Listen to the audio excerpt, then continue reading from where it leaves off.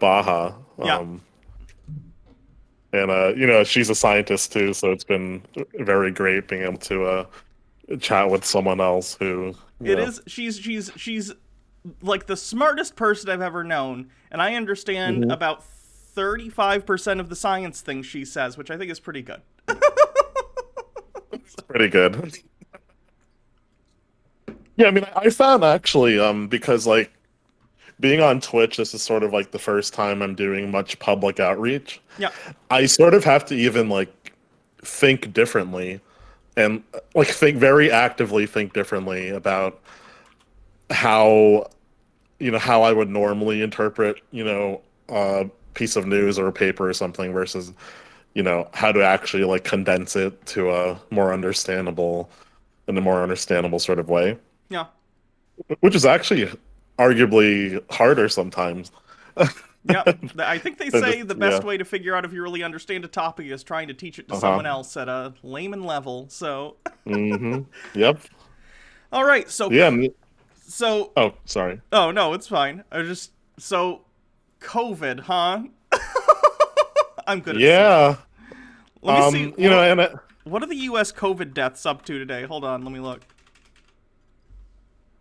so we can look up the deaths, so then I'll tell you why it's much more than that.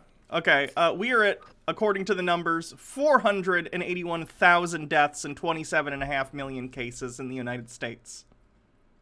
Yeah, and we're likely even around 530, 540,000. Interesting. Um, What's the cause of what do you think makes it underreported? Just so this is one of those things that I like. I don't know if you heard about how I first started on Twitch as a mm-mm. whistleblower.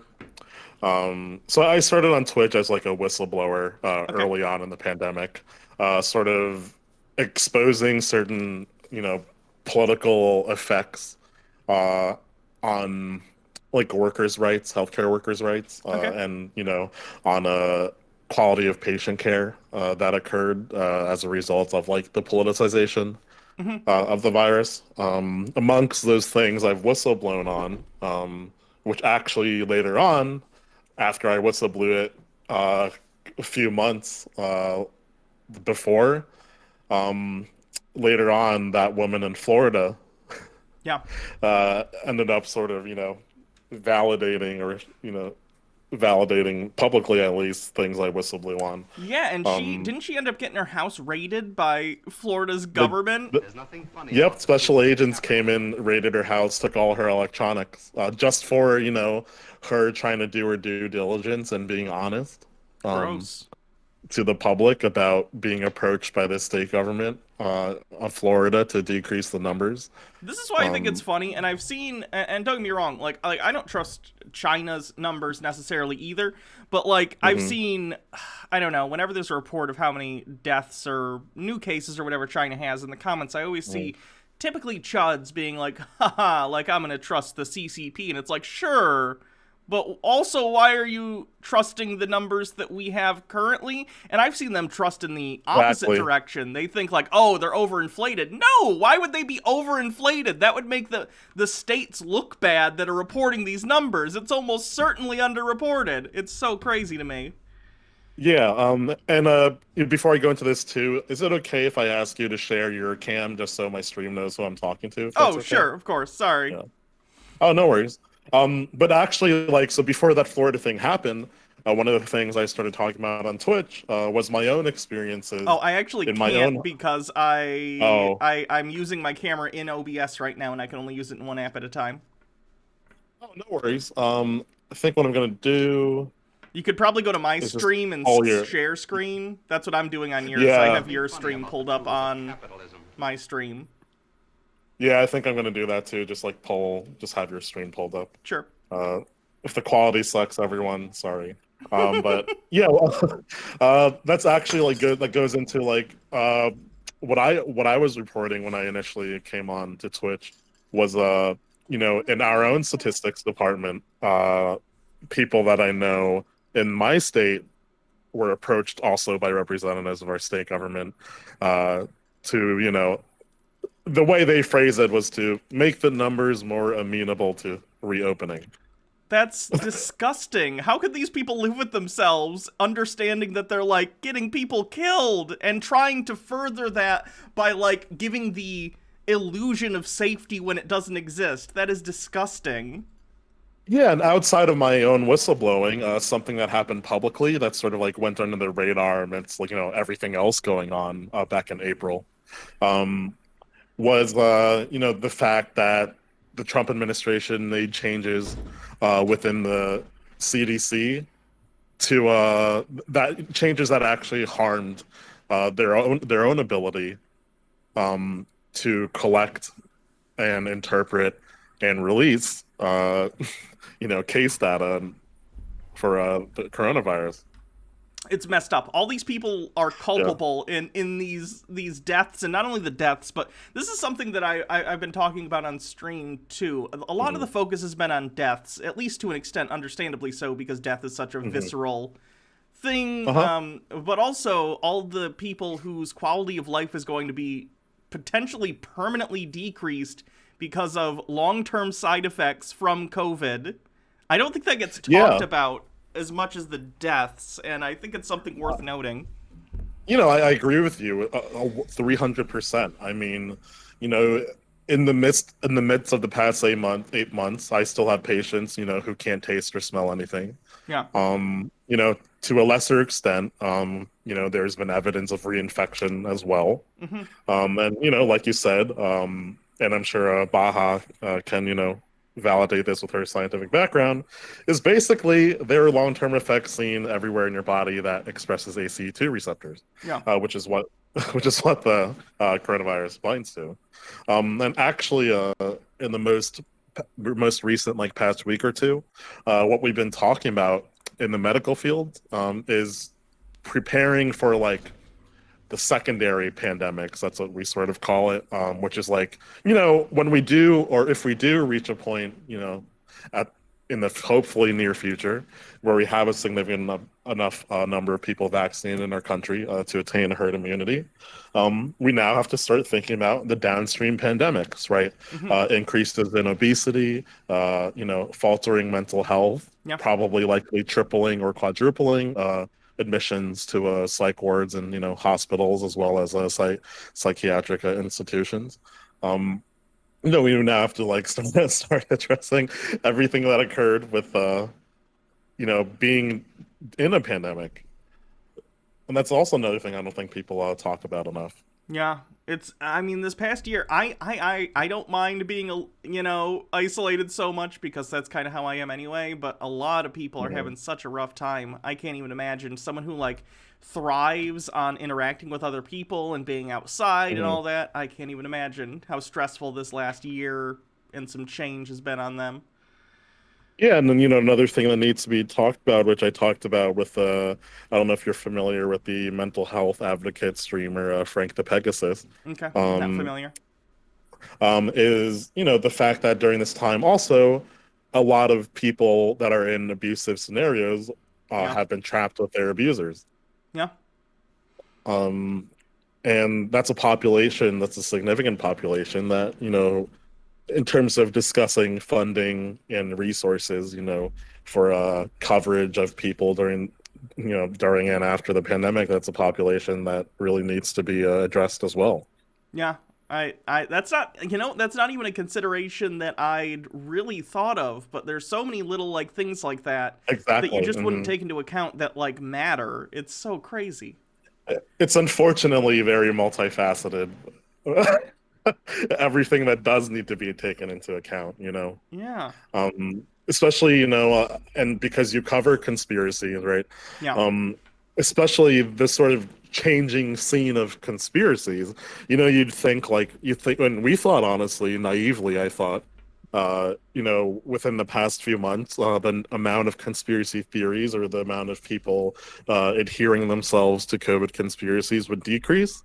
But unfortunately, they just chose different things to follow. The longer this has gone on, I've seen more and more COVID conspiracy theories, and I don't know what the actual For those who are listening to Doc Midnight's like stream and don't necessarily know what I do, I do conspiracy theory debunks a lot. Once a week I do Tinfoil Tuesday, so I'm very like into this world of conspiracy stuff. I'm surrounded by it often. I look into it in my off time.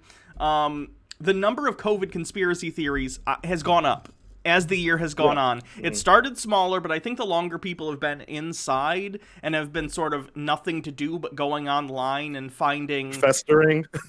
yeah, and finding these corners of the internet where this stuff just rots and it stinks and the smell is getting worse for everyone, and now it's all a problem for all of us because there are people who are straight up like, you know, going into stores or going into public and screaming at people, not even just about them not wearing a mask, but like they're yelling at people for wearing masks, screaming in their faces like, you sheep, what are you doing? Just basic public health measures that these people have spun insane conspiracy theories about, or heard someone online say. And they take it as gospel, probably because it's what they want to hear. They're sick of being inside. They're sick of wearing a mask, even though I don't think wearing a mask is that, you know, annoying. Some people seem to be very against it for some reason. And all of a sudden they think it just does nothing, despite the fact that it's been a piece of PPE for doctors for so long, for all of our lifetimes. It's just, I don't understand. The last time, I think a week or two ago, where I actually looked into the history of mask wearing, apparently mask wearing has existed since about the 15th, 14th century. I know plague doctors did it, but it was one of those situations where they were right for the wrong reasons. I know they wore those those long beak plague masks, and they would put herbs in the beak of the mask, and they would think that the sweet smelling scents would protect them from disease. No, exactly. And, you know, in terms of the conspiracy's effects on people, I think we sort of need, me and you, like, to do the due diligence using our platform, if we can right now, you know, to talk about the xenophobia that's being exhibited against Asian Americans in the form of actual, like, physical attacks now. Yeah, I've seen a couple of videos where white conspiracy theorists will see someone in public who is Asian, and they will yell at them, scream at them, blame them for these things. I mean, I usually, how do I put this? Even like 5 years ago, obviously, like racism was a little more on the DL. Of course, it's always been here, but they knew to couch it in dog whistles as to not. But, like, as we've gone on from 2015, 2016, and today, it's just out in the open. It is so wild, and I can't even imagine just happening to be someone who's Asian American, and then all of a sudden, a bunch of ignorant people are coming up to you and saying all sorts of terrible things. People are so ridiculous. Yeah, I mean, the most recent story, I don't know if you heard of it, Hannah, was this, like, 95 or 93-year-old Asian gentleman in San Francisco that, like, you know, was hospitalized, I think, you know, I could be wrong, but was like physically attacked heavily and was very injured. It's so, which is so weird because these are probably the kind of person who is going to intentionally harm someone for something like that. Also strike me as probably the same kind of person who would on the same breath say like, oh, it's a Democratic hoax or something else, which is completely contradictory. It's so... And I know I keep saying it's just so strange, but it is. The situation is so weird and so unprecedented. The number of conspiracy theories that have risen in the last year, and they were already prevalent, like stuff like QAnon, which ends up tying into basically every conspiracy theory, up to and including all the mask stuff. It's just exploded. And again, it's probably in part because people are all stuck at home, and they're spending a lot of time online, and we all know how sort of echo chambers form, and if you start to set down one path, algorithms will pull you further and further into extremism in whatever direction you were already heading. It's just, it's dangerous, and I don't know what to do. On top of that, recently there was a shipment of, I don't know if it was the Pfizer or the Moderna vaccine, but it was like 500 doses or something. I don't remember the exact number. And it was destroyed by someone who worked for the hospital or something, and it turned out they were a conspiracy theorist who thought that the Yeah, vaccines a pharmacist, pharmacist, the that's what it was. Pfizer, yeah, destroyed the Pfizer doses, because like part of the things that he believed when they interviewed him when he was in prison, was that like, correct me, someone in both of our chats, correct me if I'm remembering this wrong, but like something like the sky is there to protect uh, the people. The sky was put there to protect the people against like 5G or something, like Hmm. some kind of ridiculous like. um, and unfortunately, Hannah, let me tell you why. Back to the xenophobia, why it's gonna decrease. Because part of why I'm here in Titch is to provide people like an insider's look into the scientific and medical community. There has been a conspiracy theory that has divided, unfortunately, the scientific community. Um, that recent information started coming out uh, from an editorial like research board in China about the BSL-4, like biosafety level 4 labs in Wuhan, Okay. uh, being like geographically close to the populations of like animals that bats and stuff and things like that. Um, I would imagine that would and have this, more to do with population density in those areas being higher, and you're going to put labs in areas where you can have employees near cities and stuff. I would imagine it has to do with that, as opposed to whatever BS you're there. studying a zoonotic disease, right? You Yeah. want to be close to the animals you're studying, right? Hmm. But unfortunately, this has now divided the scientific community to start believing that, oh, maybe COVID was generated as a bioweapon in the lab, um, in, from by the Chinese government. Which I have many criticisms about the Chinese government, Sure. but this would not be one of them. No. And this past week or two, this is what I've been dealing with. I I don't know. And again, I look at a lot of this conspiracy theory stuff from all sorts of different sources, all of them Mhm. nonsense. And even after all this time, I have no idea how to convince these people they're wrong. I have no idea how to actually convince these people. They weren't convinced initially by evidence. So how do Yeah. you unconvince someone who isn't swayed by conventional rhetoric or evidence? Because their entire goal is not to gain knowledge that is the closest to reality, it's to prove the thing they already believe. And I don't know how to break that. It's So you know why, like during this time, they've been so bold enough to where it's so hard to break, mhm. is because they've had groups of scientists like those that created. I don't know if you're familiar with the Great Barrington Declaration. Are you? Mm-mm. So the Great Barrington Declaration was something that started where a group of scientists and doctors met in like Boston, Massachusetts, and wrote down this. And this was back, I think, I think off the top of my head, in like May, like April or May or something. Where they wrote this like long manuscript advocating for removal of lockdowns. Mm. About a couple thousand doctors and scientists. Um,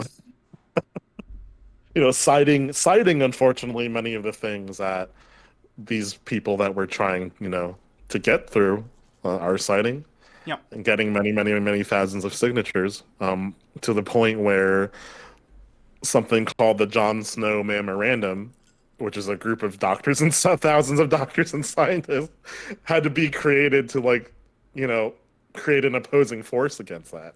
This is something So that I like, think is mhm, emblematic of a larger problem too, is that conspiracy theories, at least in conventional wisdom, used to be sort of mhm, the realm of the uneducated, the realm of people mhm, who sort of, I don't know, stereotypically, and I'm not saying this was necessarily reality, but we used to think of it as, oh, guy living in a trailer, drunk in the middle of the night, looks up and sees what he thinks is a UFO and thinks he has an abduction experience.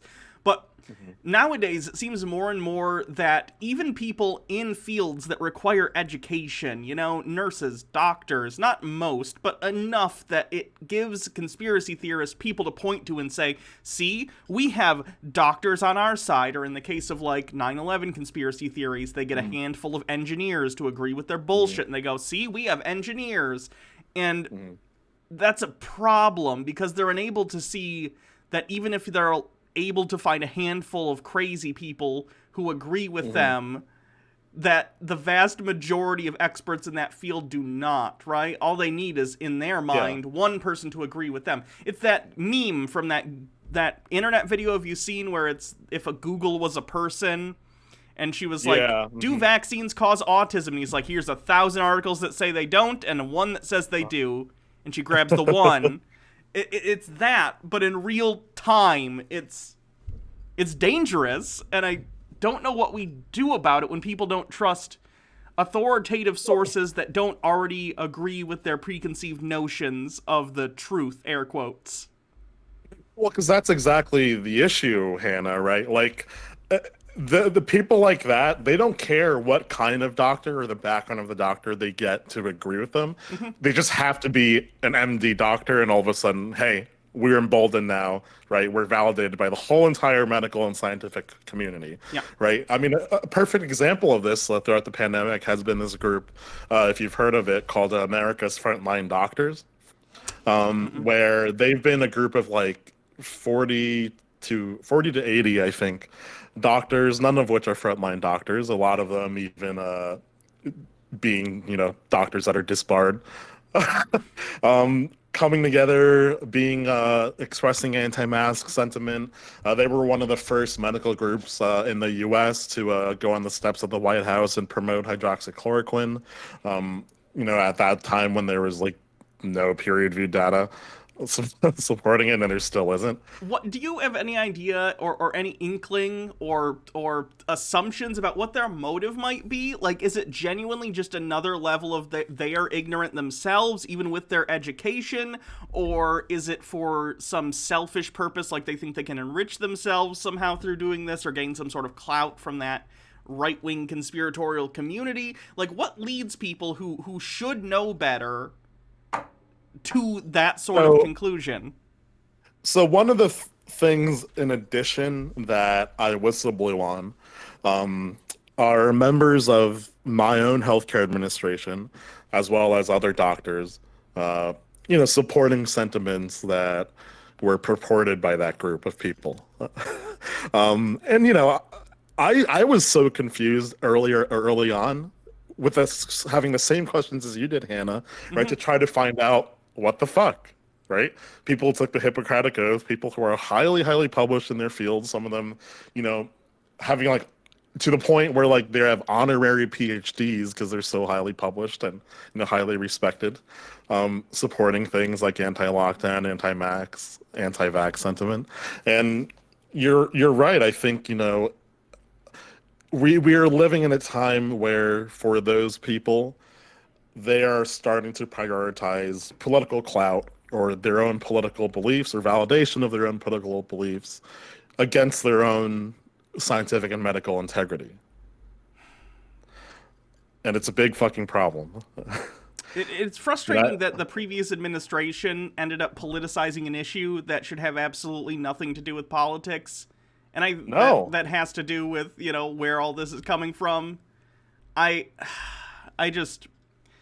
don't understand what's going to happen as things continue to become more and more partisan, and they're already this bad. What's the next thing, that's going to get politicized? Are seatbelts going to get politicized all of a sudden, and a bunch of people are going to decide to stop wearing them? It's dangerous. It's bad for society. I don't know. I feel like I'm crazy, and I'm on the steps of a courthouse screaming what are you people doing? And there's nothing, to be done as an individual. It's really, really hilarious. And also, apologies if I let out a few curse words. I'll try not to. Oh, I don't know you can if fucking you allow swear. that. I fucking swear all the time. Okay. Awesome. My stream is set for adults. It's fine. But I think perhaps the most frustrating thing is if we look at the early 1900s, Spanish flu, Yeah. uh, especially, how our country treated it. We mandated the same exact precautions in our country, and there were still anti-mask, anti-lockdown, anti-distancing sentiments, but a fraction of that compared to what exists now. You know why? You Because know? in a weird way, unintentionally, back in the day before the internet, these bad Hmm. ideas, almost being mimetic diseases in and of themselves, were socially Hmm. isolated from one another. The people who were anti-mask couldn't easily group up and coordinate attacks on beliefs of, True, because they didn't have a platform. yeah. And nowadays, Yeah. anyone with any sort of belief can coordinate with others with similar beliefs and share ideas and bolster each other's Mm. confidence in said beliefs despite a lack of evidence, and it grows like a virus. It's I don't know what to do about this because I'm not like a pro. How do I put this? I understand communities' rights on like private platforms to remove anything they don't like. Like that is what it is. But like, what do you do when there is dangerous anti-public health sentiment? How do you guide people away from that without outright being like, no, you can't say that? Because in many ways, and while I think removing that stuff is effective. I do. But Mhm. also, it makes the people who believe that stuff more fervent. They end up being like, oh, they wouldn't let us speak the truth. And then they go to places like Gab or wherever and they just spread it there. So I don't know what the permanent solution is. I think for mitigation right now, it makes sense to remove like Facebook pages that are like anti-mask bullshit or whatever. Totally. But like, So the Oh, go on, sorry. no, go ahead. So the logical answer, right? Hmm. And keep in mind, this is the logical answer. Okay. Is getting scientific and medical professionals to publicly disavow and discredit, and with evidence discredit, right, those kinds of sentiments. The problem in execution is the more expertise scientific and medical professionals you have that address these things, the less impact that the things they say have on these kinds of communities. Hmm. Right? There's like an inverse correlation where there shouldn't be. Well, they assume, they have a deep-seated distrust of authority. So the more Yeah, authoritative yeah. sources, if they all come out and say the same message, hey, you should wear masks, they go, oh, this Mhm. conspiracy goes deep. Look at all of them in line with each other, telling us all to wear masks. It must be part of the plan, whatever they think the plan is. It's Mhm. That's what makes it difficult. We're not dealing with people who are swayed by conventional rhetoric. They're swayed Mhm. by conspiratorial, emotional, visceral thinking, and I have no idea. I'm so the opposite of that. I try at least. Of course, we all are swayed by emotion to a certain extent, but I'd like to think I'm analytical in the sense that I can look at evidence and try and make the appropriate call on what evidence is persuasive without biasing myself at least any more than is non-preventable being a human being. I Mhm.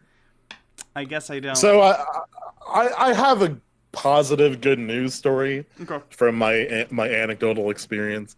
However, this only addresses like one small segment of the community we're discussing. So early on, where I live, there's like a large abundance of churches, mega churches, things like that. And throughout this time, especially was very prevalent in like April, May. As I'm sure you know, one of the things that were the biggest super spreader locations and events, were churches still being held or church events still being held. Yep. And for a large part, the community where I live in, um, around like 95 to almost 100% of the churches and mega churches, you know, did not want to lock down, did not want to stop events. A lot of them believed, them doing their due diligence to God, would save them Yeah. from COVID, right? And if they did die from COVID, it was their time, right? Yeah. And you know, part of my only success I've been able to have in sort of addressing some of these things locally um, is targeting community members that they would believe in, or targeting, strong forces of the community. It doesn't even have to be community leaders like pastors or things like that of their churches, um, you know, that will that are amenable to listening to a doctor or to a scientist. Because those exist if you are able to speak to any of those people individually, even though they're in a group setting, they're affected by groupthink. So I ended up, making a lot of appointments to speak with a lot of those people as much as I could individually, and at least in my local community, it ended up working and playing a big part in having those people sort of parrot, things that I told them after they were convinced.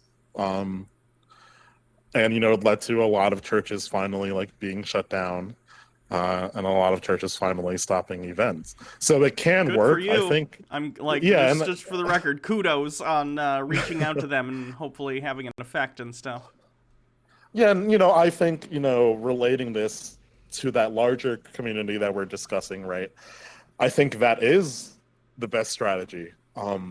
Is to try to address directly smaller elements or smaller individuals or smaller parts of the individuals in those communities, and trying to get through to them, and then having them spread your ideas Sure. throughout. Okay. What are your thoughts on that?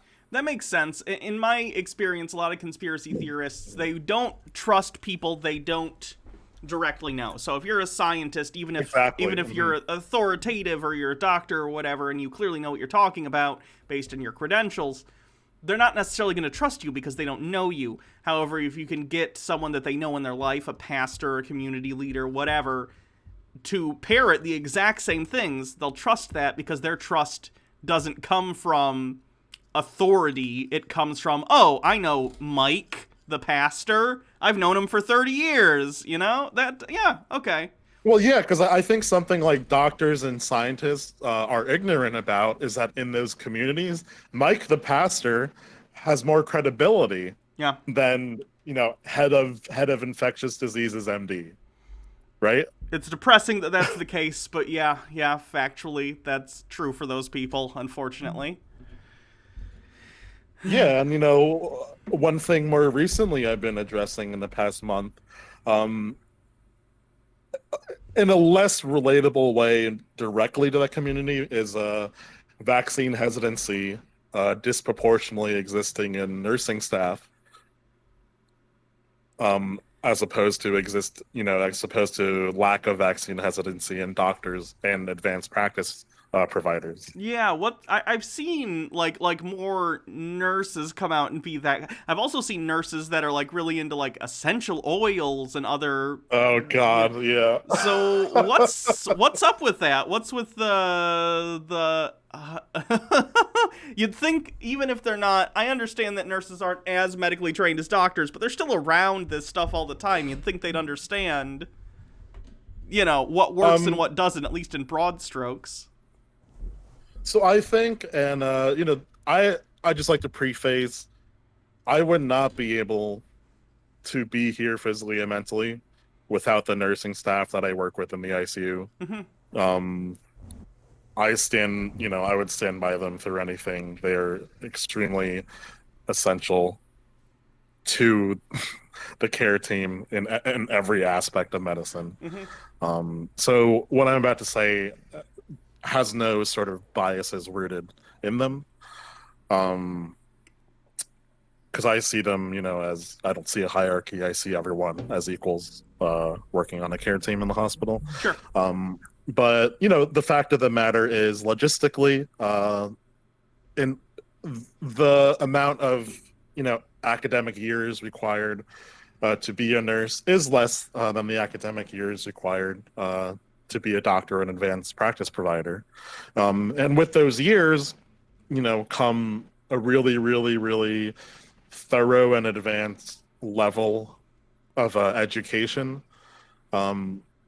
for a lot of things that you need as a doctor at the very least, in-depth education about, right, like histology or anatomy and physiology or immunology, right. Hmm. It's more of a matter of like the two jobs are extremely different, so the education is catered around the information needed in order Is to successfully practice those jobs, is right. some of it, and correct me if I'm wrong because I don't know anything about like the training of nurses, but like is it more that when you're training as a nurse and learning in nursing school, it's more here's how you administer a vaccination and less here's how a vaccination works and why it works? Is it that they're learning just more application skills of how to do things at a hospital as opposed to the like theory behind why these medicines work? Is there a mix of it? What's the like practical difference there? And if there is a difference, would it help to change up perhaps a little bit of like nurse training to make it a little bit more theory focused? Or There is a mix of it, but you're okay, you're perfectly right in saying that uh, it sort of caters to more of an application based, like practical application based kind of education. okay, Which goes back to what I was saying is that like the type of education, the amount of education is catered to the job requirements and responsibilities, yeah, right, of each job, which are different. Doctors and nurses have two entirely different jobs. yeah, And because of that lack of theory, it becomes difficult then for a lot of people to discern and like read between the lines in misinformation that is presented in a very sort of subtle way, right? Like, like you see those like spy TV shows, right, where they like talk about train people how to talk about their backstory and like, yeah, the best way to lie is to lie with some semblance of the truth, hmm, right? And because not all misinformation is presented, you know, in bright red Facebook background letters with yeah, no sources cited, and right, a lot of it is presented with cited sources. It's just a lot of people outside of the heavy sort of like scientific research or like medicine type of field, it's hard to discern, right, between like a peer reviewed or non-peer reviewed paper. It's hard to discern between like a study with a high amount of statistical power, right, versus not. And because of that, that is where, that is how you have a lot of nursing staff or a lot of other staff be sort of either resistant or hesitant about the vaccines. Um, and when you address these types of things, you really have to address it from a standpoint of like you understand where they're coming from, right? And you like are treating all of their concerns as valid, even though even though they're even if not, you're in your head, you're rolling your eyes.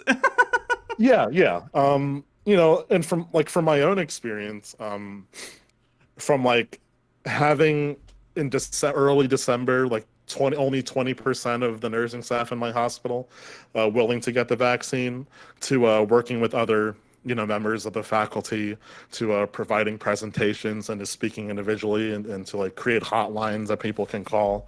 From the other staff within our hospital, to Hmm. like now in February, about 92% of them have now gotten vaccinated or expressed willingness to do so. That's good.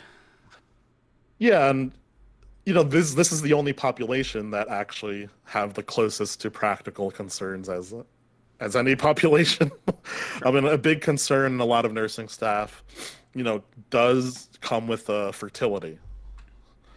It does come with people aligning themselves with conspiracy theories regarding the effects of vaccines on fertility. Um, and I think a lot of that, goes into a misunderstanding, number one, and I'm sure Baha can speak on this too. A misunderstanding of what populations are conventionally included in clinical trials, Hmm. as well as what populations, you know, that have been in the clinical trials that have actually gotten pregnant throughout, the Pfizer Moderna trials and have had, you know, no negative ramifications of it. Okay. To understanding the concern, the main concern that they have of cross reactivity with this protein called syncytin 1, which is, within the placenta. Okay. And, explaining it in a way, and this more so like speaks to a lack of as thorough of a, you know, biomedical background.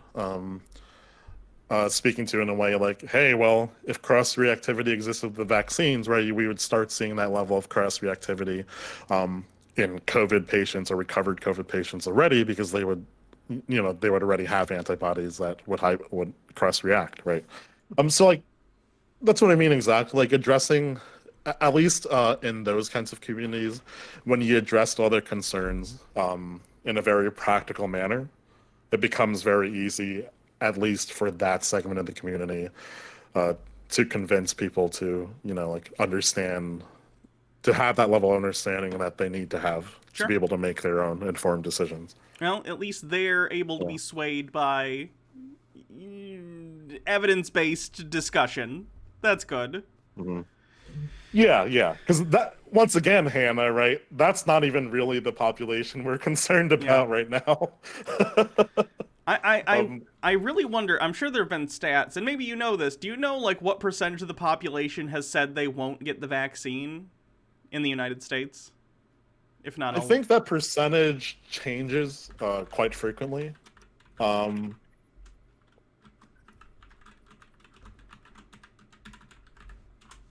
I think the last time a couple weeks ago I looked at it, it was still about a third. Third is Oh, what yep, I'm yep, yep, seeing. yep, yep. Last 2 days, it's still a third then. Jesus.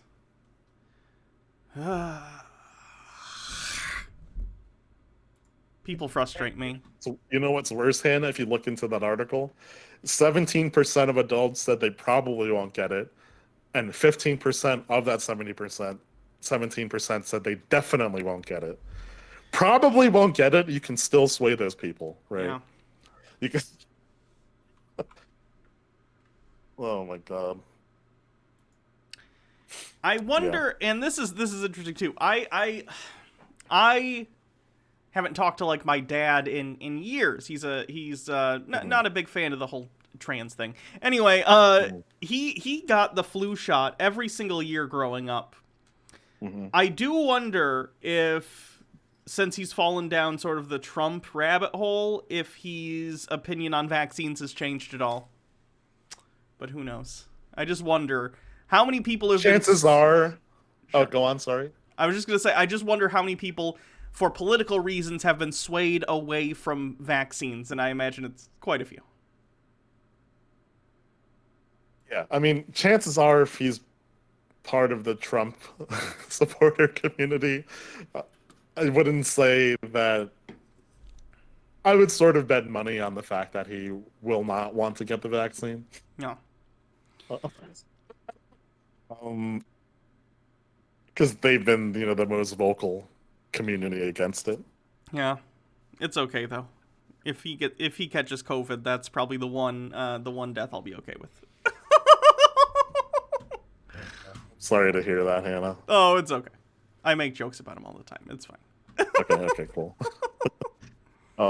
But lately this is a conspiracy, not a conspiracy per se to like the Merriam-Webster definition of conspiracy, Yeah. but lately this is something that has actually pervaded both communities, both the pro-vax and the anti-vax community, um, that I'd like to discuss with you too, is Sure. like doctors and nurses coming out and speaking about the fact that if you're not experiencing side effects, it means the vaccine's not as effective for you.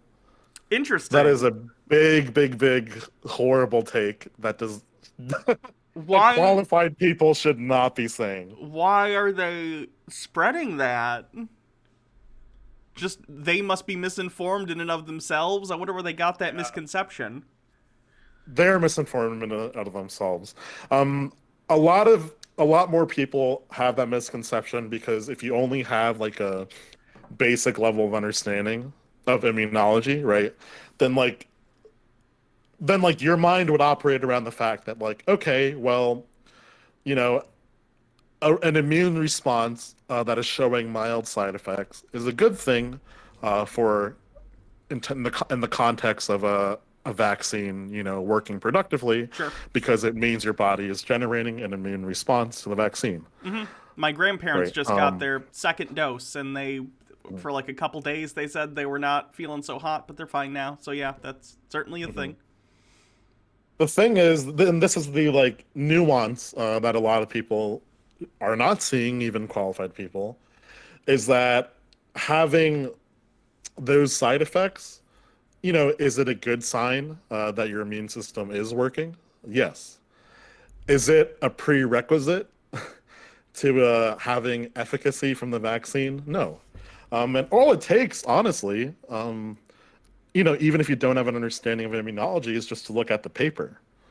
It's just to look at, like, for example, the Pfizer paper, where about 30 to 50% of the trial participants had no sort of systemic level side effects after the second dose, but there was still a 95% plus efficacy, Okay. right? So do you see what I mean? Like, even just looking at Yeah. the data, yeah. But unfortunately, that's an idea that I've started to see all over Facebook and Twitter. I And think part of that comes from the fact that, and I'm not the most intelligent person in the world. I'm not the most educated person in the world, but I occasionally peruse like scientific papers for stuff we do on here or whatever. Those can be difficult to get through if you don't have, especially if it's something that like cites statistical analysis or anything, and it has stuff that yeah, way over the head of people who are just like people who aren't used to doing that sort of thing. So I do wonder if part of the problem between like science communication and people's lack of scientific literacy has to do with the fact that they're unable to interpret some of this stuff, even if they are given like a primary source, like a paper or whatever. completely agree with you. And that's been one of my like big passions on using something like Twitch and YouTube. Is I've always wanted to, and maybe this is something I can reach out to you for help with. I've always wanted to create a YouTube video that teaches people how to interpret scientific papers, Yeah. how to identify bad scientific papers from good ones, how to identify which are the top journals, how to, in a very basic level, how to interpret the statistics that are being reported. Because you're right. I think part of bridging the gap between like science and medicine and the general public is sort of having the scientific and medical community not be assholes and release things that can only be interpreted by scientists and doctors. And be like, maybe when you publish a paper in Nature or the Lancet or something, release like a TLDR paper, right? Release like maybe not an infographic, but at least release like a paper Sure. that has language that is more amenable, right? Something more akin to, like a version of it that's condensed to something more akin to what you would read in Scientific American, as opposed to something like Nature that's easier for the public to read. Exactly. Sure. Yeah, and even Scientific American, in terms of the articles they release, are not substantial either, because even then, to a lot of people, can be too complex, right? Okay. And then when you look at how Time Magazine or New York Post alternatively then report on science, it's like really fucking horrible to the complete opposite direction. Yeah. Every other Right, week, 'cause miracle cancer cure found. Yeah. Yeah, or honestly, and this is something I'm ashamed of saying, honestly, even on like the Reddit science subreddit, it's like that too, right? Where there's actual scientists in that subreddit, but then you like go to headlines of what's being posted, and it's like, oh, miracle cancer cure. It's been studied in mice only, but it's completely analogous immediately to humans when you need to start giving it out, right? Things like that, right? Yeah. Baha also mentions paywall blocking being an issue because True. Mm-hmm. yeah, and says that eLife, which I assume is a journal, has everyone who gets a paper published write a plain English abstract, which sounds probably like a good idea. Yeah, and Baha, I think you would agree with me that every paper should have that requirement.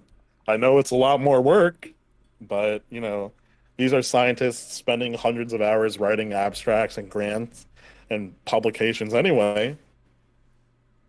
I think it's a very insignificant increased level of work. Yeah. that is required to do so. And I think outside of like having figures in the field like Dr. Fauci or other doctors and Mm-hmm. scientists, like being on media platforms and speaking about uh, you know their interpretations or like the agreed upon conclusions of science and research is to be able to for people that don't align with those figures, right, to be able to have an unbiased sort of interpretation for them to look through. Mm-hmm. Yeah. Someone in the chat says, now every paper must have a clickbait title. Oh God, no. You Yeah, I won't mean, believe someone how this pluripotency is determined in these stem cell samples. Yeah, it's a very good point that someone in your chat pointed out, right? Is most abstracts, I'll just read word for word. Yeah. Most abstracts are designed to be much simpler than the rest of the paper, but even still, they can be hard to read. Yes, 100%. I mean, as like an undergrad or even, my early years in medical school, some papers were still really fucking hard to read. Mm-hmm. I remember like in like fourth year of undergrad, where like for the past 3 years I've been taking science classes and like reading scientific papers and working for like a lab for like a 10-page paper coming out of like the Lancet or something. I still spent a whole entire week highlighting things, looking things up, because people who have a high level understanding of these things write as if they write under the assumption that other people do too. Yeah, I understand why in the actual... I understand why, because a lot of the jargon and stuff is necessary to concisely get across complicated ideas, right? That's the entire purpose. If Yeah. anyone could just go No, and do exactly. this, there wouldn't be a need for the... But I do think that communication aspect is something that should be considered in the publication. The research, I understand, needs to be complicated, and the full paper needs to be something that's intricate and repeatable and understandable for everyone in that particular field, whatever it happens to be. But yeah, I think having some sort of version that you could... I think having a standard where, like, you can have your complicated paper, but also, if you wanted to explain this to, like, a high school science student, how would you explain this just briefly? It doesn't have to be, with all the nuance, but, yeah, I don't know. It would be helpful. Who knows, though? Yeah, and I actually think like the most realistic way to implement this is, putting this as part of the process of peer review, actually. Yeah. Making sure that it's like they're checking out, like, oh, can other people understand this easily? Exactly. Without... Exactly. Mm-hmm. Yeah, okay. That would make sense. Yeah, because in a very ironic way, Hannah, like an aspect of clinical research that is like in the past 5 years or so being heavily studied okay, is disparity of healthcare literacy. Yeah. In different populations with not by SES, not by socioeconomic status, but by like level of education, to the point where like high levels of healthcare literacy are even seen with people with like healthcare illiteracy, well, lack of healthcare literacy, are seen in like populations of highly educated people. Mm-hmm. But then when they publish these papers, they don't think about why. And we're talking about why. Yeah, it's a problem, but either way. And do you think? Sorry, go on. No, go ahead. I feel like, do you think like part of, it's sort of like a thing where like both sides need to do something? Do you think a part of a step in the right direction is also including, as part of high school or middle school or college, science curriculum, like academic paper interpretation or academic writing? I think it would be a good idea, some sort of scientific literacy or academic literacy. I don't know exactly what they would call it, but I think that would be a good idea, because I even went to a really good high school. Like it was well funded. The teachers gave a shit, which is more than a lot of students get in this country, unfortunately. But Mhm. even in my science class, they didn't really explain how to do it. We had an assignment where it was like, all right, go write a thing in the format of a Mhm. scientific paper. And at no point Uh-huh. in the class did they ever explain what that was. We were just meant to go, like, Google it or something. Mhm. Oh my God. And I think I got a really bad grade on that because even I didn't understand it. Even if you asked me to do that now, frankly, I wouldn't. Like, I can get through Yeah. a paper. I can understand that, like, okay, this is the abstract. This is, your data. This is your, how you conducted your experiment and all that stuff. But, like, if someone asked me to do that, even for something simple, I wouldn't know how to do it. So, I don't know. I Yeah, because it's not even just right to understanding, how to read or interpret an abstract or a conclusion or the materials and methods or the figures, right? It's about understanding as well, you know, like in order to understand it, you have to understand even the most basic level of like different types of research studies. Like what does it mean when you're doing a longitudinal, study? What does it mean when you're doing something that's double blind? What does a placebo mean, right? Things like that, even down to that level, is something that is not being taught commonly enough in schools, in my opinion. yeah. Right, and one of the like most sort of amoral things, um, and not actively amoral, just like amoral because of how things are conducted, um, in terms of clinical research. As part of any clinical research, as I'm sure all of you out there who work in science know, is a concept called informed consent. Yeah. Right? Is a concept called like informed consent, meaning like you've explained the whole entire study to the research participant to the point where they have a complete understanding of the study, and then they, either depending on the type of informed consent, verbally agree or electronically agree or physically agree and sign that they also concur that they understand every aspect of the study and they agree to do it. I know that Um, you. Didn't you host a debate a while back that was related to this in regard to that immortal cell line that was taken from. Oh my gosh, I'm HeLa forgetting. cell, Henrietta Lacks HeLa cells. Yes, Yes. yes, yes, yes. Uh-huh. Yep, I And did.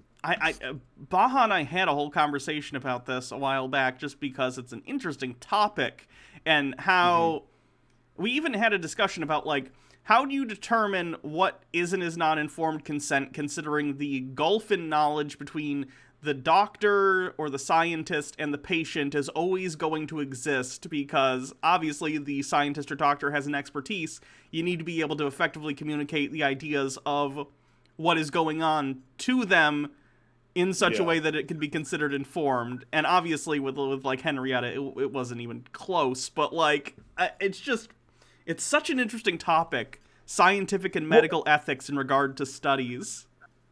uh, if you love that topic, Hannah and Baha, I would love to have you on my debate next Wednesday, this upcoming Wednesday. If I can I talk about it real quick? I'm Go like for really it. excited Go about it. for it. Um, so what this upcoming Wednesdays is so one of the exercises in medical school, if you're like taking a class on like medical ethics, which you should, Yeah. um, is like deliberating over different cases, like different medical cases, Mhm. like case studies, and then interpreting whether, you know, if the healthcare provider in question, um, whether they were justifiably so, uh, put under legal action or not. Um, and I sort of wanted to take this practice into the general public and see how, other people that do not, that are not in medical school do with this kind of exercise. So my Wednesday debate is actually going to be like from the perspective of a doctor. I want everyone to debate on two case studies, and Mhm. one of the case studies um, is an abortion related one, Okay. and one of the other studies is a Supreme Court case called Buvia versus the Supreme Court, where a quadriplegic woman who had cerebral palsy I think was chose to uh want physician assisted suicide. Hmm. But then her family, I think, and correct me if I'm wrong, anyone in both of our communities, then her family, I think, like sued the hospital Is saying this that the Terry Schiavo case, or was this a similar? this is similar, but it's Okay. not the same one. Yeah. Okay. Um, Yeah. You definitely but have to that's a talk to bad. Baja about that if you are to come on. And I have no expertise in this, and I would never claim to. But Baja might be interested in coming on and talking about that stuff. I know she really enjoys that discussion. So Yeah, and part of my passion with my debate panel is like I have a background in academic debate, and that's why I mhm. started the panel was to have like civil debate that's Yeah. like fact checked and things like that. But yeah, that's next Wednesdays. So Baja, I would love to have you if you Here's, want by the to way, be on. chat. Here's a link to. I already put it earlier, but here's a link to Doc Midnight's channel if you want to check out any of that stuff. Boop. Oh, I really appreciate it, Hannah. Oh, of Thank course. you. Well, But yeah, medical ethics is something that definitely, I share the same passion as you that it needs to be more heavily discussed, not only in the general public but more in the political scene yeah. as well. Because the whole entire pandemic has been in terms of how our government has addressed it, has been a complete violation of medical ethics and the Hippocratic Oath. Yeah. It's. If I learned anything in the Down to like a last human rights level type of violation. if I've learned anything in the last 5 years, it's that our governmental structure is a lot more flimsy and taped together with duct tape than I expected. I don't know. This is something because you discuss politics and understand politics like definitely more than me. I was wondering like how come everything that was a governmental decision that completely went against the understandings of science and medicine, like how are there no checks and balances in place to Ah. not allow that? Well, the thing is it turns out a lot of the how do I put this? A lot of the stuff that was like a check and balance in terms of the executive branch, especially, turned out to be more norms as opposed to laws. I don't think the founding God. fathers really expected, and I'm not one of these people who, like, sucks off the founding fathers. They had some good Yeah. ideas, they had a lot of bad ones. Having slaves was one of them, among many others. But I don't think they ever quite expected a person as awful as Donald Trump to actually get to the presidency. Their check on that was the Electoral College, and other stuff. But he got through anyway, and also the Senate, because it was controlled by Republicans, and things are so partisan that they're never going to vote against their guy, didn't become a check. They all just worked together to forward Republican stuff. And Republicans Uh-huh. don't really care about public health. They don't care about their constituents, like, at all. So, Yeah. I don't know. Well, It because just, like there was like a huge like logical like mental disconnect to the point that it broke my brain. In that a lot of the communities that showed an extreme level of support for Trump are communities that have extreme disparities in access to medical care. yeah. It's frustrating. And someone even Like, says in the chat the Electoral College installed him. Yeah, that's the irony. A system that they put in place because they thought that the common rabble was too stupid to pick the president, unintentionally made like the dumbest president ever the president. It's very interesting. The Electoral College is bullshit. yeah, yeah, and there's like I would almost have rather had someone just completely ignorant than have someone like him who's just like the one of the worst things was how unpredictable he was. Yeah. His Dunning Kruger like overconfidence in everything made it so much worse too. Oh my god. Yeah, like sorry that I'm repeating myself to my community, but like one of those things that I talked about with a lot of other streamers is like after he sort of supported all over national news the use of drinking, diluted bleach Yeah. for treatment of COVID, I actually saw patient deaths in my local hospital from it. Yep. You know, Did you see an uptick impeachment. of people Like, I putting hope UV that's like lights a up their part of it. butts? Because that would also seem like something. Sorry, I don't mean to make light of Fortunately, the situation. fortunately not. Okay. Um, but yeah, I didn't watch the impeachment trials, but I hope that was a part of it too.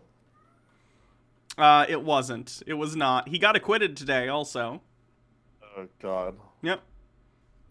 7, I think, Republicans voted to convict, which is the most from someone's own party in history. But yep, still short. Well, because in addition to impeachment, I think he needs to be tried for crimes against humanity. Yeah, well, I don't see that happening. I don't either. Yeah, I don't either. Well, on the brighter side of things, vaccinations are going out. People who are Mhm. responsible are taking them. I don't know. What how do you see this obviously things have gotten really bad, but do you have any positive insight moving forward? Do you think things are going to start getting any better now that like the vaccines are starting to get en masse distributed? Or do you foresee nothing but darkness for the future? No pressure. I think the only way to address how fucking horrible the vaccine rollout has been in Mm-hmm. terms of like, yes, have we, vaccinated more and more and more Yeah. people? Yeah. Have we vaccinated enough people, Yeah. proportionally to our population? Fuck no. Um, However, yes, there is good news, and people in my community are not familiar with good news from me. There is good news on the horizon in terms of the Johnson and Johnson vaccine. Is that one They single submitted. dose or is that Yep, that is okay? a beautiful, That's good. beautiful vaccine. It's single dose. It has 4 degrees Celsius, non-stringent temperature requirements. It's Nice. cheaper than Pfizer and Moderna. Is that an All mRNA of that. vaccine as well, or is that a more traditional vaccine? It's more of a traditional Okay. vaccine. But yeah. So once that gets approved, which I foresee to be soon, they submitted for EUA last week. Um, that'll be like the workhorse around the world. Sure.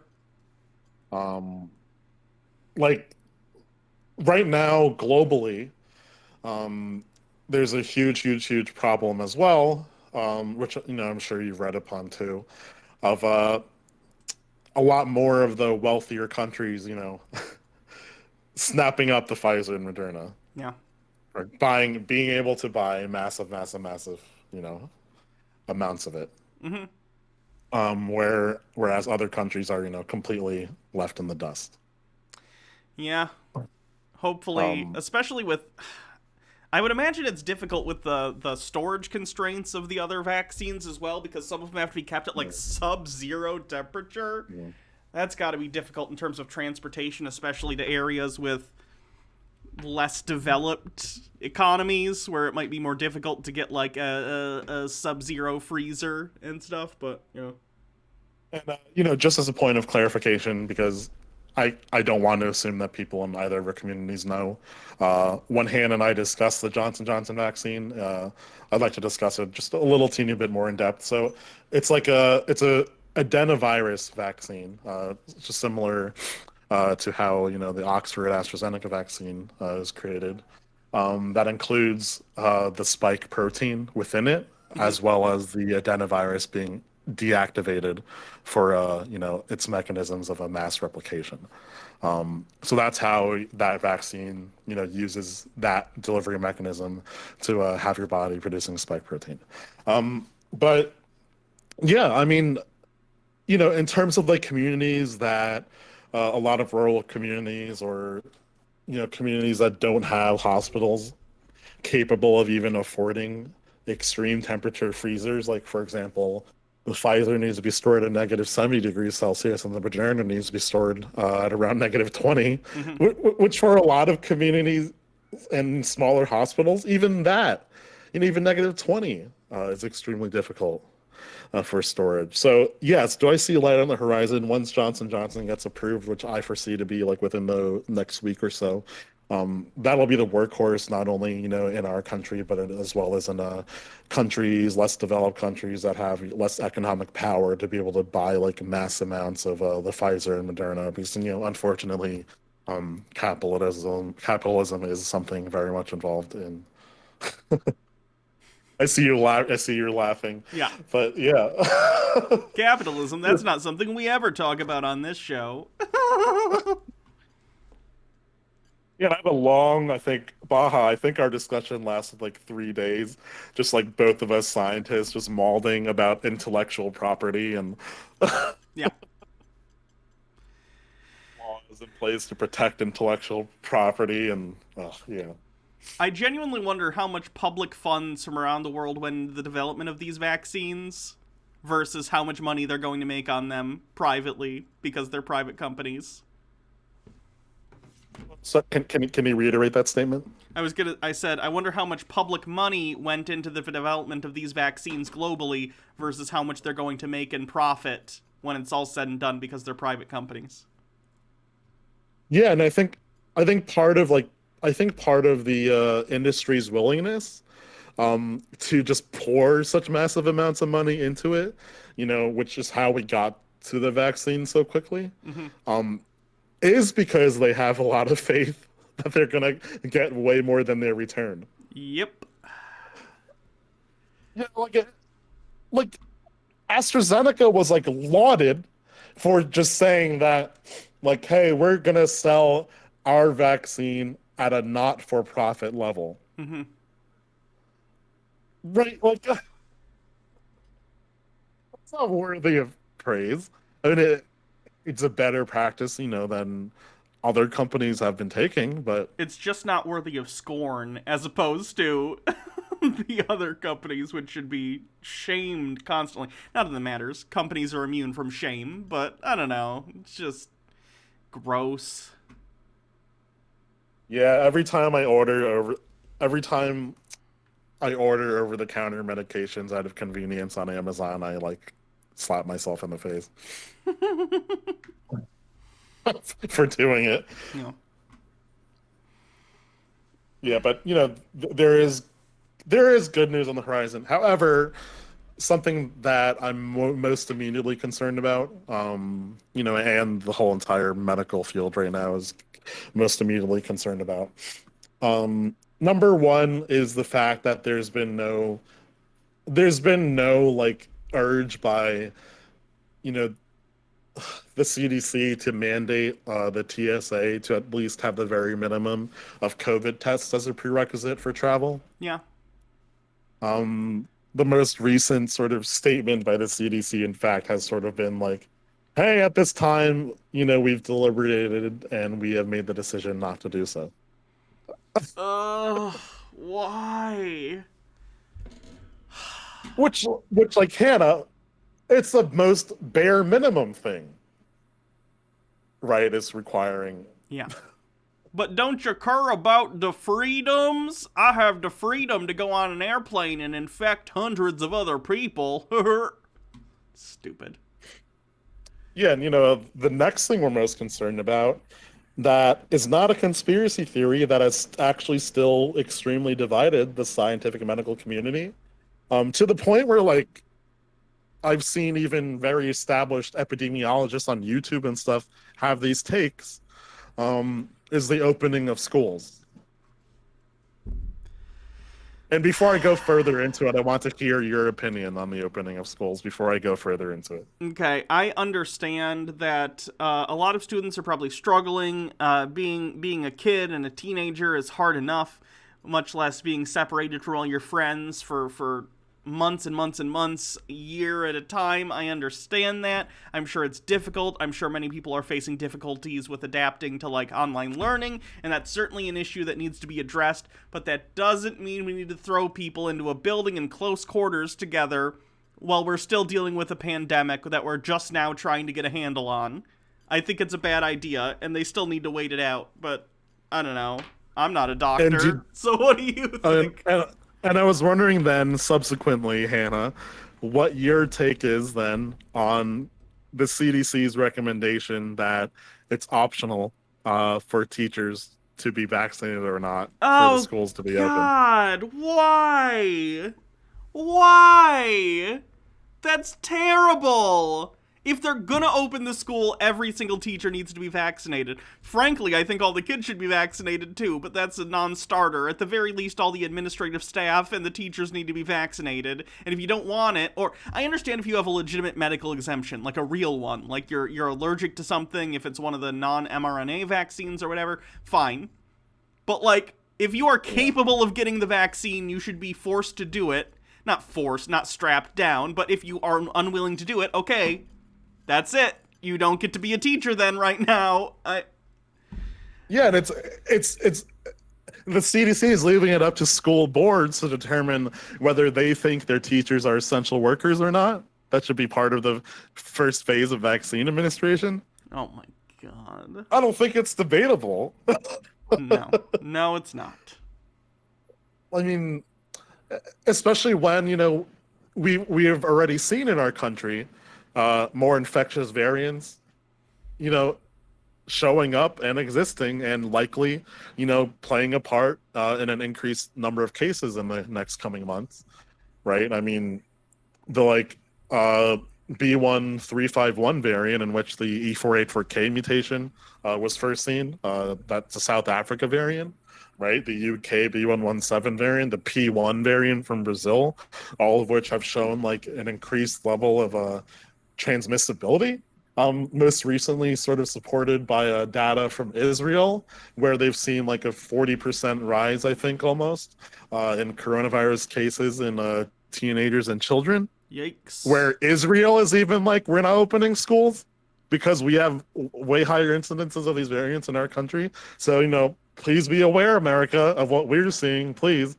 And we're just not taking that into account. Hannah, the worst thing, Hannah, where I work in my hospital, it is divided 50-50 amongst doctors whether schools should be open. A lot of part due to the fact that a lot of doctors just have frustrations with, being involved more in the schooling of their children. And I do understand, a lot of people also supporting schools opening are people that unfortunately have a situation where, they can't afford childcare or, are using schools as childcare or daycares, right? But wouldn't you think that that's part of, the responsibility of the state or federal government to be able to address that discrepancy, as well as Yep. discrepancies in the communities with access to laptops, to internet? More than ever, the last year has blown wide open the holes in our social fabric.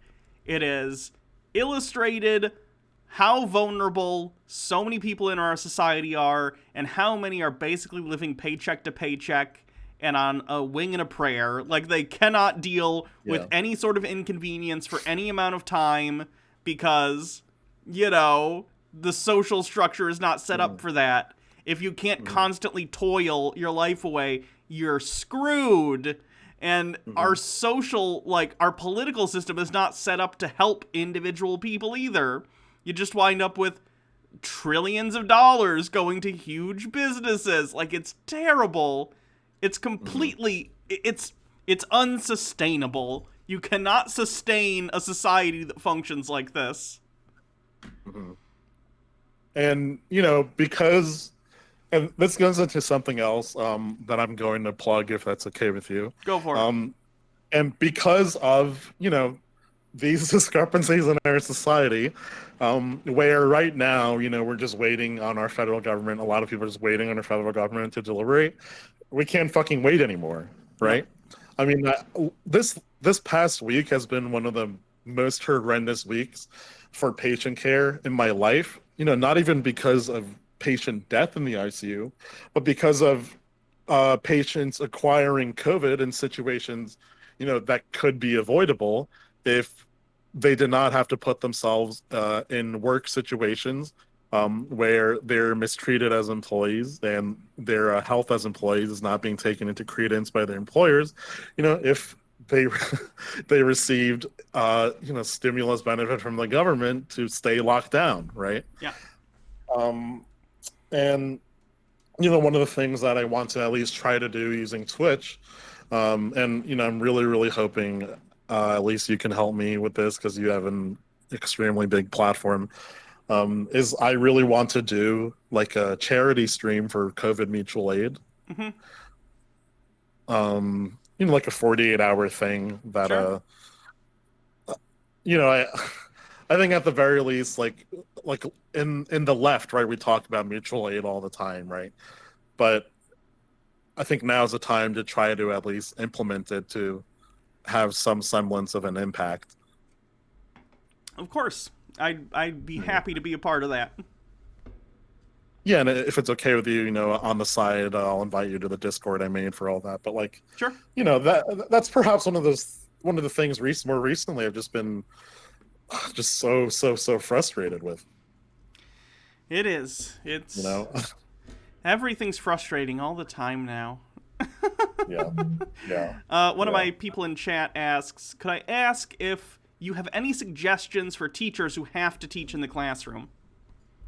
Yeah, so studies that have shown, most notably, a study in North Carolina involving 11 school districts, that have shown, over a long period of time, little to no, I think no, in this case of this study, transmission from the kids to the adults working in schools.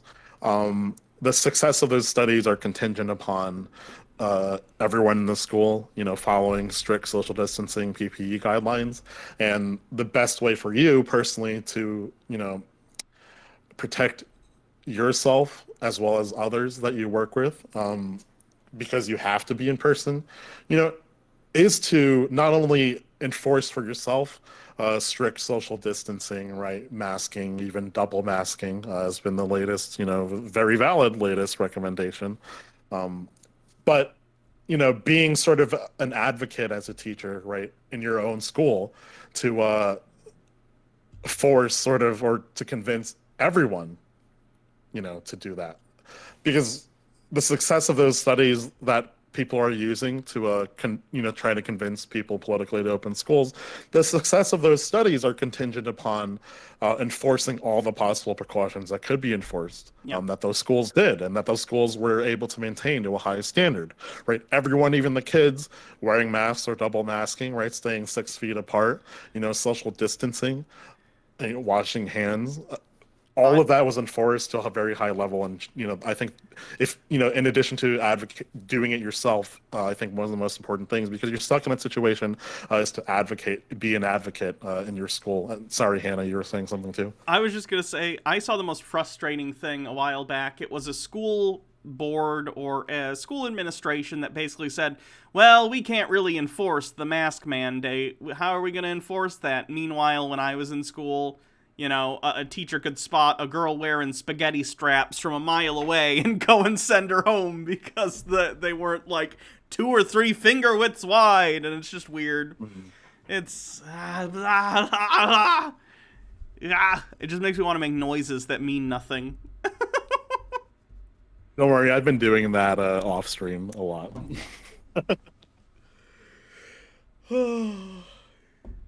Oh yeah, and contact tracing and testing in the schools too. Yeah. Yeah, I saw- someone in your chat mentioned it. I forgot to mention that. I saw one school, and it was pretty interesting. Basically gave all the students little tracker things to hang on, like, their clothes or their backpack or whatever. Mm-hmm. And in cases of, someone getting sick, they could contact trace based on the location data where they were by everyone in the school. And of course, I saw this not on a great news program or anything. I saw this on a conspiracy channel that was telling me, oh, wow, they're teaching children to be tracked at all times. As if you're not already because of your phone. Everyone is frustrating all the time. Yeah, and the most annoying thing I've seen too, Hannah, are schools that enforce strictly the social distancing and things like that, and mask wearing in their schools, and then subsequently, you know, or sorry. Actually, the worst thing is schools that understand that they shouldn't be open and have been completely virtual, but still are allowing all of their sports teams to practice in person. Oh God, I didn't even know that was a thing.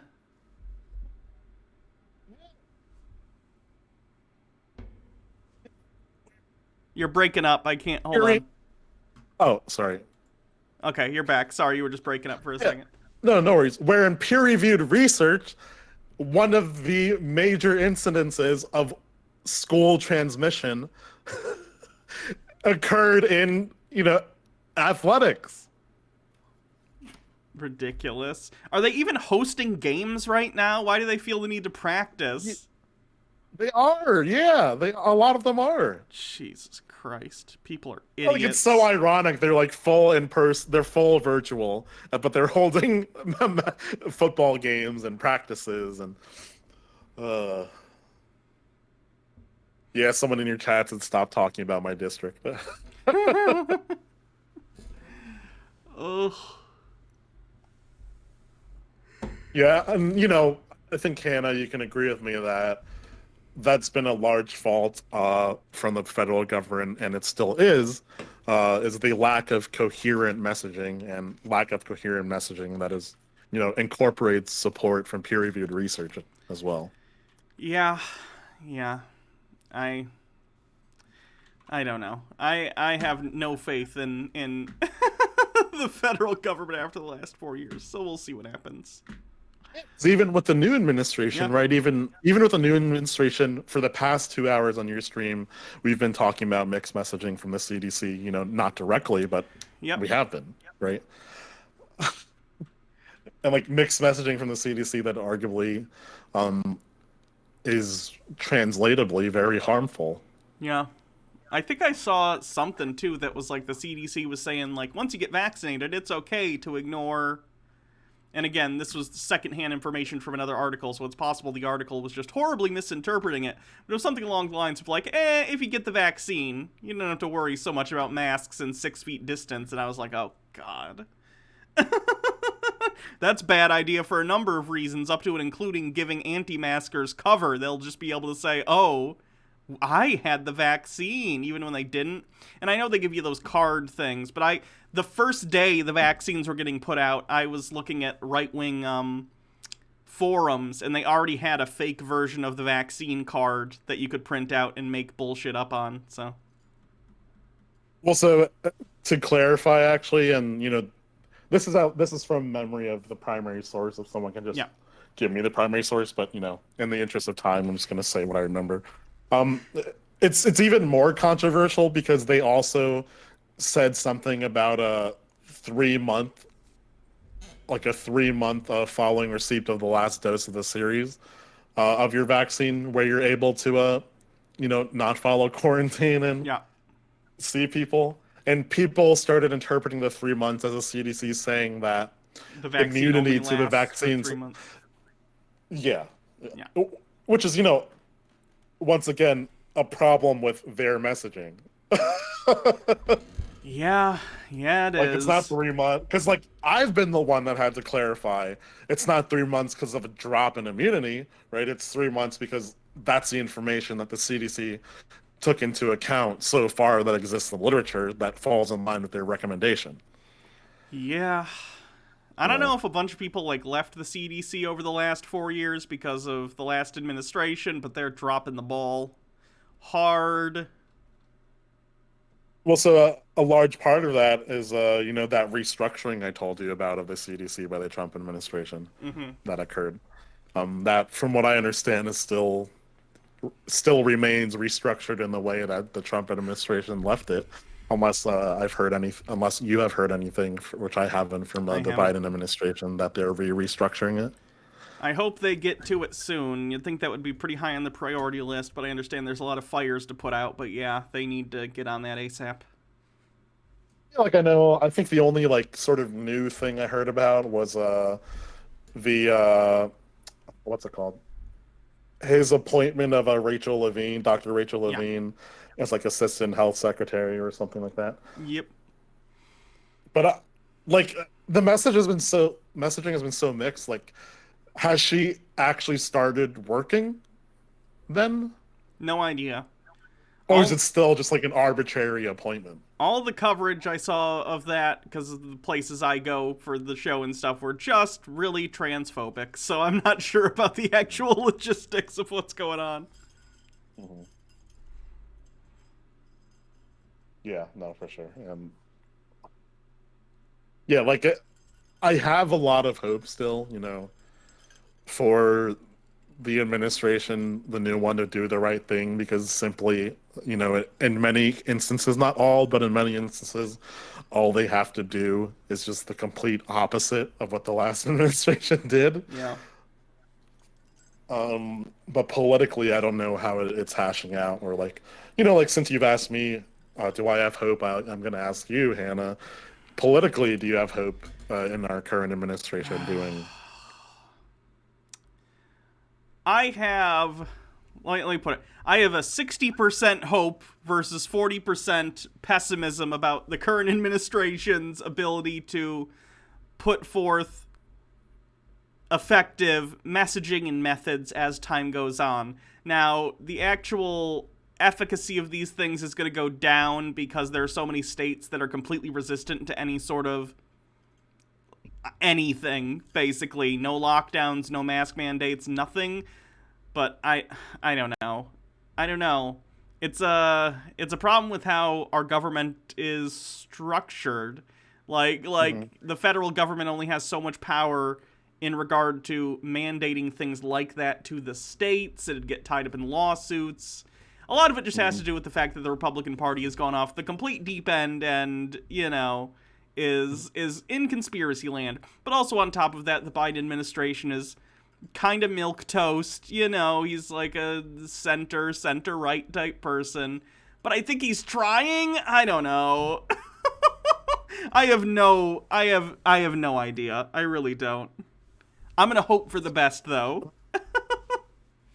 It's like every time I read the news, it's just more perplexing to me as like a doctor and scientist, right? Like most recently, I just went on the fucking news this morning, and like Minnesota or some state, you know, dropped dropped the recommended mask requirements. Like, why is the federal government letting states to determine mask requirements when there is a federally or supposed to be federally mandated mask requirement? It's a federally mandated mask requirement, but it only applies on federal property because that's what they're allowed to dictate via executive order. Oh, got it.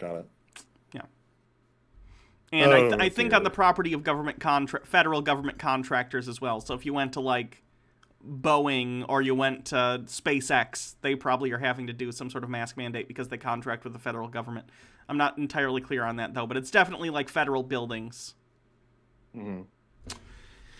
Oh, geez. But outside of Yeah, that, but no, it's just the states are scientifically, determined. I have, scientifically at least, I have hope and I have good news. Yeah.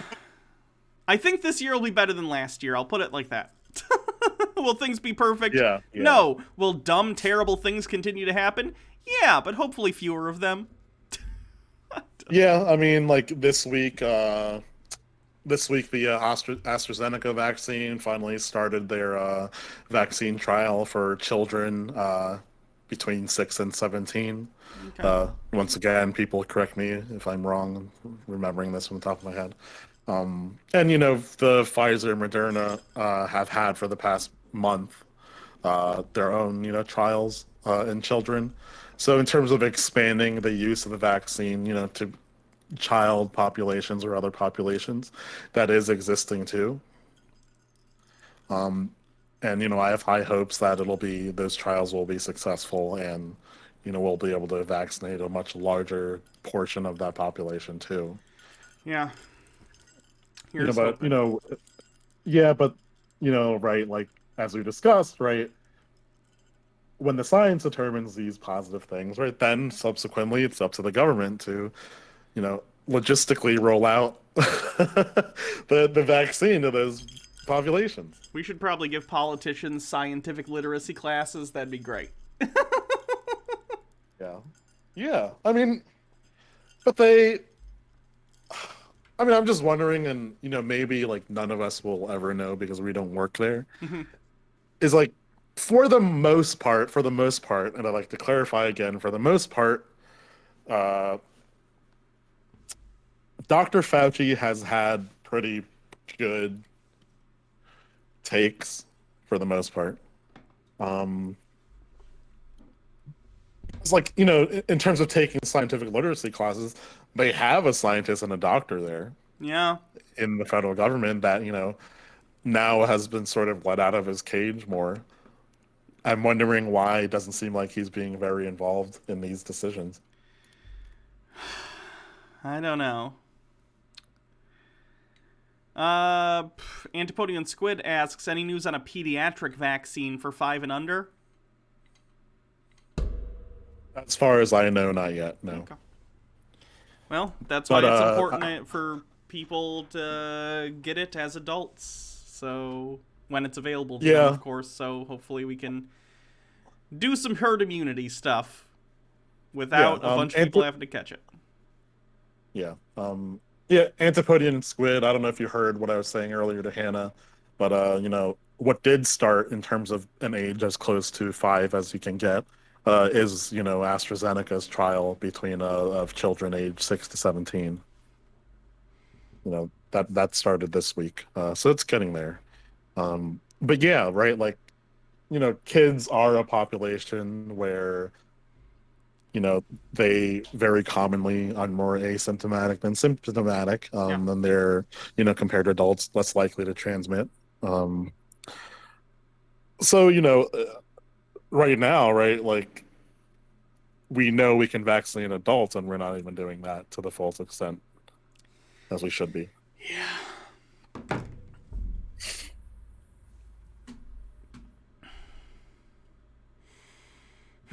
Yeah. Well, this conversation has both been enlightening, depressing, but also maybe a little bit of hope there. And I think that's good. And I'd like to give you the award, Hannah, for having the conversation with the most hope that I've had so far. I tried. I knew this On was going to be Twitch. depressing, so I tried to put a little bit of, I don't know, maybe we're not doomed. I don't know. We'll see. To be clear, we very well may be doomed. A lot of people are already dead. It's not good, but I don't know. Tunnels sometimes have lights at the end of them.